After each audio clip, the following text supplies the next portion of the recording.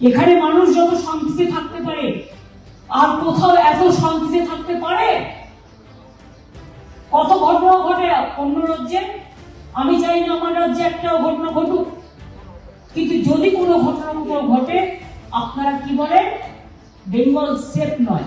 আপনারা আছেন কি করে? খালি রোজ রাস্তা অবরোধ করছেন, রোজ কোর্টে যাচ্ছেন, রোজ গালাগালি দিয়ে বেড়াচ্ছেন। বেঙ্গল যদি সেফই না হয় তাহলে কোনটা সেফ? উত্তরপ্রদেশে ঘটনা ঘটলে সেফ, ভেরি সেফ। বিহারে ঘটনা ঘটলে ভেরি সেফ। রাজস্থানে ঘটনা ঘটলে ভেরি সেফ।